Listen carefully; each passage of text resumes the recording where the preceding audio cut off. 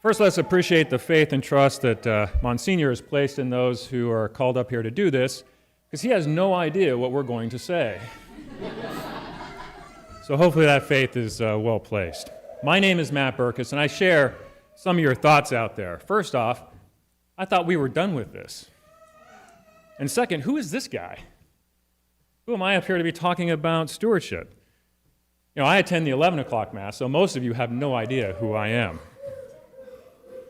So in 2 Corinthians, St. Paul speaks of his contentment with weakness, with mistreatment and distress and persecutions and difficulties. I wish I shared that confidence. For I'm debilitatingly self-conscious about my faith. I'm plagued with the blisters of doubts and insecurities, and my thoughts are riddled with the plaque of scoundrel thinking that Chris Cordy talked about a few weeks back. So even I'm skeptical of what I can say about the call to stewardship. So I grew up in the suburbs of Los Angeles and attended a Christian high school in the late 80s. It was a small school by LA standards with around 450 students. So I wasn't raised Catholic. I experienced a generic, sort of watered-down version of Christianity, but for some reason without dancing. The movie Footloose didn't make that up. So now, to play on a sports team at that school, we had to endure a 2-week training and conditioning camp in the scorching August heat. So the camp consisted of grueling 2 sessions a day in sweltering foothills of San Gabriel Valley. Now, if you don't know Los Angeles, this is not the coastal cool breeze. This is in the foothills, the valley. There's Santa Ana winds that come and dry things out, make it hotter, and of course there's smog. Air pollution like you wouldn't believe, because again, this is the late 80s. In short, the training camp is a sufferfest. Now, I distinctly remember the second session of the second day. So our coach lines us up to do 40-yard all-out sprints. This is going to hurt. It did hurt. But before he blew the whistle to run, he would exclaim, "To lead is to serve." And that's all he would say. He'd say, "On the line, to lead is to serve," and then send us again and again and again. And when he blew the whistle twice, we'd get our water break. So we'd meander over. There's some folding tables with those Gatorade coolers, cups. We'd line up, grab a cup, take a drink, pour the rest of that reviving cold water, thankfully it was cold, down our necks. But then inevitably, he would shout, "Back on the line. To lead is to serve." And we grumbled and complained and probably broke a few commandments under our breaths.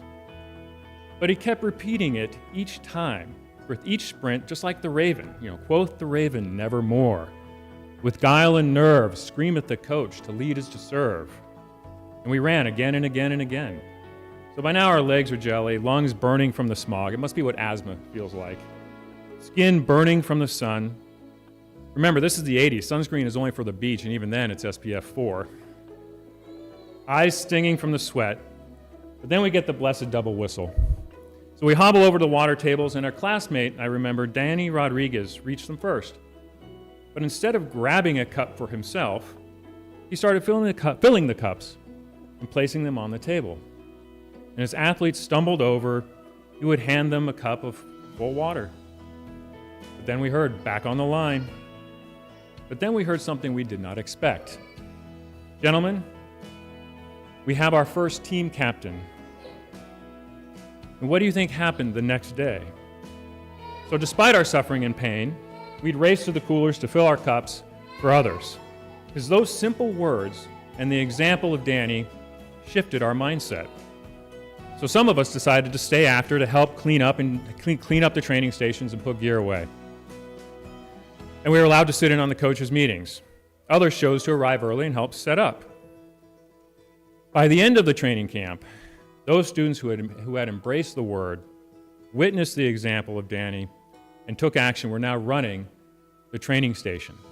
And for a fleeting moment, as delicate as a dandelion in a breeze, we were transformed from individuals suffering and in pain to a team and community encouraging and willing the best in one another. Our parish, our church has a mission: to lead people to a life-changing encounter with Jesus so all might be rescued and have abundant life. But my doubts return and the plaque of scoundrel thinking builds. Have I clearly heard the word? Have I encountered the witnesses? Do my actions flow from my beliefs? Do my priorities reflect my values? If I truly believe Jesus is present, body, blood, soul, and divinity, do I approach the altar with due reverence, joy, and amazement? Do I act as if it's the pinnacle of our faith and try to share that with everyone, no matter what? Or am I more eager to go see the new Ridley Scott Napoleon movie later this month?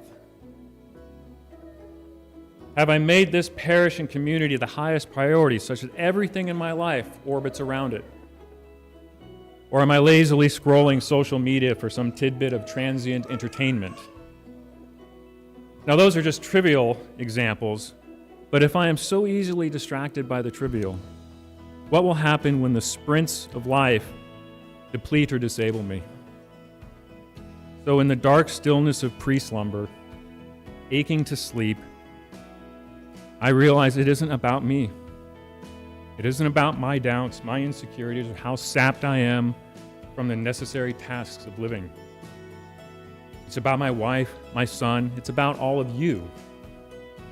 It's about everyone outside these walls. It's about helping to lead people to a life-changing encounter with Jesus. So I pray daily. Lord, replace the I and me with you. Deliver me, O Lord, from the suspicion of your words and promises. The parish has a mission, and faith is empty without work.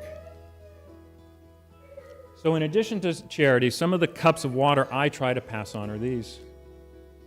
So service on the Education Commission, advocating for and overseeing programs to arm parishioners and students with the Word so they can stand confidently and courageously in the arena against the mob of prevailing culture that jeers and sneers at our beliefs.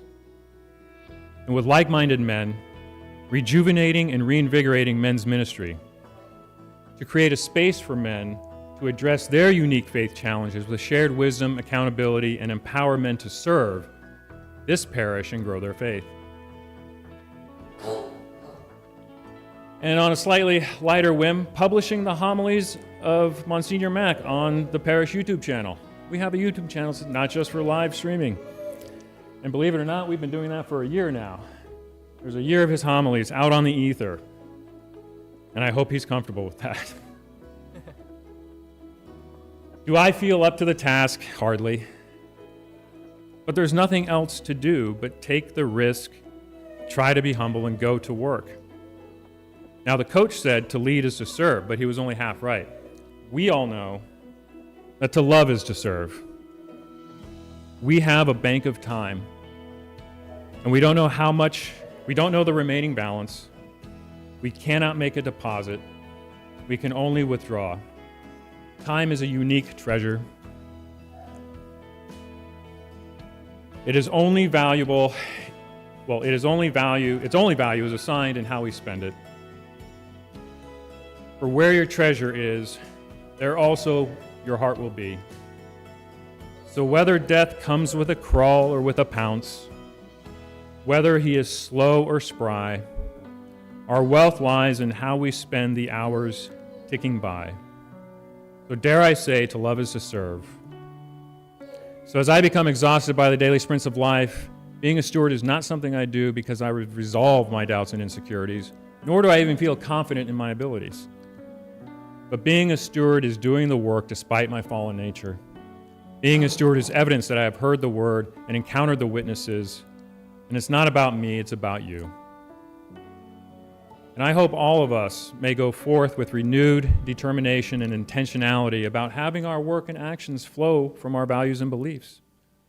Because stewardship for me is about the love and service we offer to one another and all who seek abundant life promised by our faith.